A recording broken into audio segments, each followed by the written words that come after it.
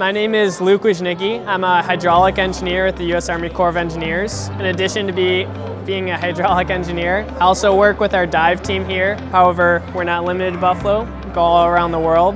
I'm John Kubiak. It's just great that we could work in an office, but also do things like this, go underwater and see and inspect different things. And yeah, it definitely is one of the coolest jobs out there, because how often do you even get outside of the office? But we are able to take the knowledge we have and that we learned in school and that we apply in our day-to-day jobs, take it underwater, know what we're looking at, and help people make decisions about the life of these structures, the safety, and like I said, it takes us to cool places.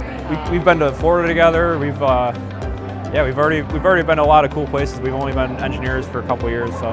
Yeah, it's cool that they give, too, opportunities to new engineers. Him and I are both less than 2 years with the Corps, and we're already learning so much and going so many cool places, applying the knowledge immediately right out of school. I do love being an engineer. You get to help the communities around us, too, with who we work for. It's just able to, like I said, apply the knowledge and help people. That's what I love about being an engineer. It's great to work with people and get to know them and be a team together. We get the project done, we get whatever we need to do done, and it's very rewarding.